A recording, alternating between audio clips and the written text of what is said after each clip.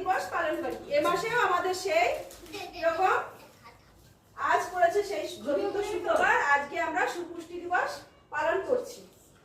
আজকে আর অন্নপ্রাশন দিবস নয়, 3 মাস পর পর আমাদের অন্নপ্রাশন হয়। আগের মাসে হয়ে গেছে অন্নপ্রাশন দিবস, আবার আমাদের মার্চ মাসে গিয়ে আবার অন্নপ্রাশন দিবস হবে।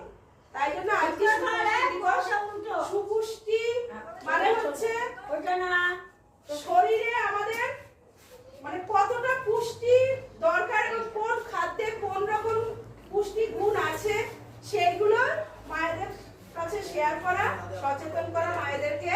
মায়েরাও যাতে সেইভাবে বাচ্চাদের খাবার তৈরি করে বাড়িতেও খাওয়ায়। আমরা এখানে যেমন খিচুড়িটা দিই, ডিমটা দেই, ডিমে যেমন পুষ্টি আছে। রনি তো এটা ভালো করে ধরো, কিন্তু আজকে আমার বিষয় হচ্ছে প্রাক প্রসবকালীন মায়েদের পরিষেবা।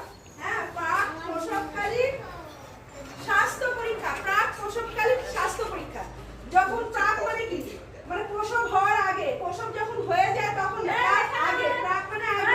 আমাদের এই স্কুলটাকে যেমন প্রাক প্রাথমিক শিক্ষা দেওয়া হয়, মানে প্রাইমারি স্কুলে যাওয়ার আগে যে শিক্ষাটা আমরা দেই সেইটা, সেই রকম বাচ্চা হওয়ার আগে মায়ের কি কি কাজ করণীয় সেটাই আমি আজকে কয়েকটা কথা বলবো।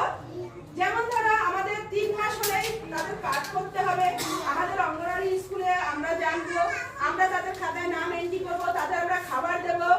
তারা প্রত্যেকদিন গোটা ডিম এবং খিচুড়ি এগুলো পাবে। পাইতে এগুলো দেয় তো দিদিমণি? তো সেরকম করতে হবে। এবং 4টে চেক আপ আছে মায়েদের। মায়েদের 4টে চেক আপ আছে, সেই চেক আপ গুলো করতে হবে। ফার্স্ট সেকেন্ড থার্ড ফোর্থ এরকম 4টে চেক আপ আছে, সেই চেক আপ গুলো করতে হবে।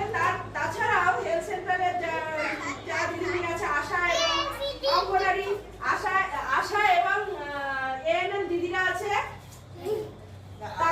তারা এই চেক আপ গুলো করে।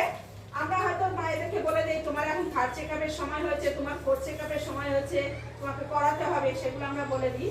আর চেক আপটা হয় হেলথ সেন্টার দিদিমণিরা, এই আশা এএনএম দিদিরা করে।